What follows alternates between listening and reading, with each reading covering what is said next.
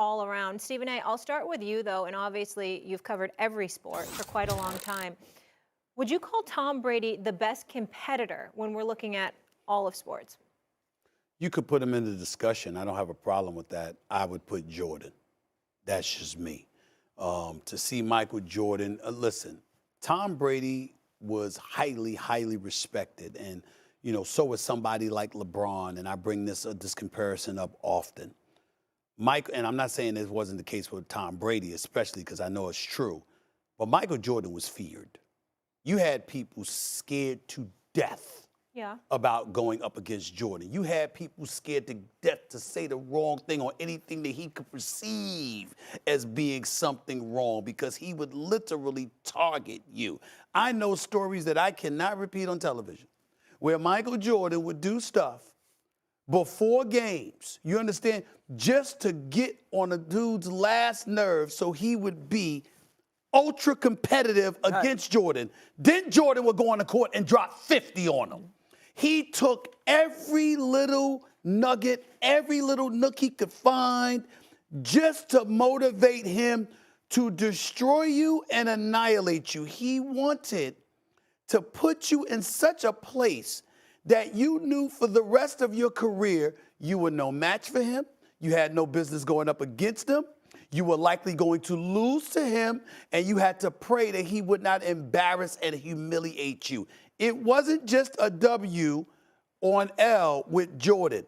It was complete annihilation. I haven't seen that from anybody else. He wanted to take your will. He wanted to take your heart, take your will, and leave you nothing. He didn't want to leave anything. And there were coaches used to tell their players, hey, don't go talk to him before the game because he's playing you. He's playing you. He's going to go out there and destroy you. Stay away from him. Killed Van Gundy all the time. Van Gundy used to preach this to the players. I mean, stay away from him before the game. He'd go over and try to befriend the players, and then he'd kill them. I mean, he did it all the time. And when he was angry, we saw him, like after Dave Anderson wrote the story, right? I mean, you saw the fire. The former columnist in the New York Times? Yes. Okay. Atlantic City. You City. saw the fire in his eyes, yes. Okay? I mean, he was, I never saw anybody who wanted to win. They say Bill Russell was the same way. We were younger. I only saw him play in person once in my life. But he'd throw up before every game. He was the same way, they say, and he might have been. But in my time, Jordan, Tiger's close. Tiger's close. I think Nicholas was close. I mean, Nicholas used to walk in the room and say, there's not 3 guys in the room that can beat me. I mean, stuff like that. He had the guys beat before he walked in the room. I mean, that's the way these guys think. They want to take your heart, your will, everything. They don't even want it to be a competition. And that's how he was. So I think he's on his own level. I agree. And I think Brady, you know, is in a discussion. I'm going to throw somebody out there just to bother him because let's have some fun. You and I would get a kick out of it. How about Bob Gibson? From a competitive standpoint. That's a good one. My dad would say that about Bob Gibson. Nasty. Ferocious competitor. And he would hit you, too. Hey, he hit you. Yeah. He Guys, hit you. how about someone like Serena Williams? Like, could we get a reference That's a good one, too. that I'm aware Very of? good one, yes. I mean, she sure won a lot, that's for sure. I would put Rafael Nadal in there. That's what it comes down to. You got to win a lot. And, you know, if you can bury your opponents, that's what it is. They never get tired of just destroying their opponents. Never even tire a little. Brady was the same way. Brady didn't want somebody to take the snaps for him ever. Never, ever. Because he was hearkening back to when he lost his job. He could not get past that. And that motivated him his whole life. Lloyd Carr. We have a lot of teams have Lloyd Carr to blame for losing big games. Absolutely. Because he was the Michigan quarterback. And we bring up people like LeBron, for example. LeBron is a champion. LeBron, to me, is top 2, Mount Rushmore of basketball, to be revered forever, in the perpetuity. But here's the deal. You did lose 6 NBA finals. And the thing about Jordan, who lost 0, okay, 0, Jordan just gave you the impression that there was nothing that he wouldn't do, legally or illegally, for crying out loud, to prevent that from happening to him. It wasn't acceptable. It wasn't something that you resigned yourself to. It wasn't plausible in his eyes that something like that was happening. It's not going to happen. When you talk about ultra competitors, you bring up Brady, yes, but you also bring up somebody like Jordan. It's not to knock anybody else because they're all up there. It's just that there's a couple of people Yes. Yeah. or a few that stand on the Mount Rushmore of that And- category. And Those guys Russell in. has to be there because he won Yes. all the time. I Yes. mean, everywhere Russell went his whole life, he won. Right. No, he didn't score a lot, and No, so he had but won a lot of games. He scored Rebounds, 6 block points. shots, But he, I did all that. but he still dominated the game. He did. And his players on his team revered him. Right, and you know, it's funny though, when you're going to be on this level as far as the competitiveness is concerned, you also got to be able to make shots and win games.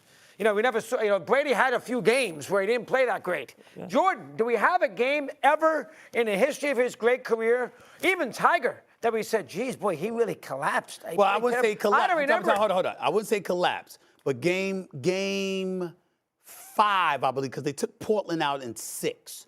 But I think that game 6 that they won, actually, he didn't play great for the first 3.5 quarters, and the subs came in and played, and then, of course, Phil Jackson brought him in to finish He the was deal. always there at the end, and that's why he's remembered the way he is, because all we remember is him coming through every single time. And that's why he's who he is. And that's why he's better than LeBron no, historically, he because is. LeBron, I remember some scenarios where he did not come through in certain spots. Do you agree, Steve? Yeah, I agree.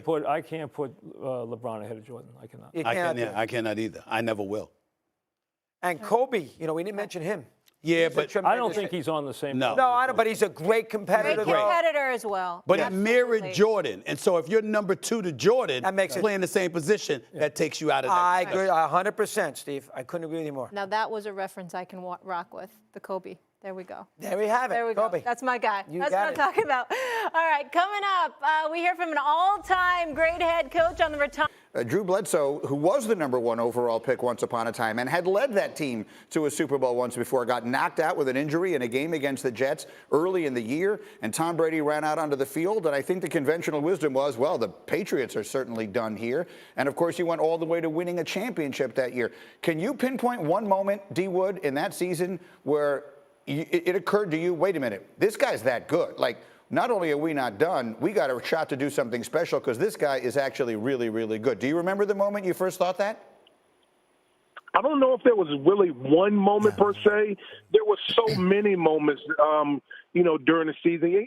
And listen, at that time, we weren't led by our offense. We were led by, our defense, Teddy, Willie McGinnis, all those guys. Those guys were the leaders on that team, and we were kind of, a team that played complementary football. And so Tom grew into his legend. He grew into the player that he was. But I always go back to my thing.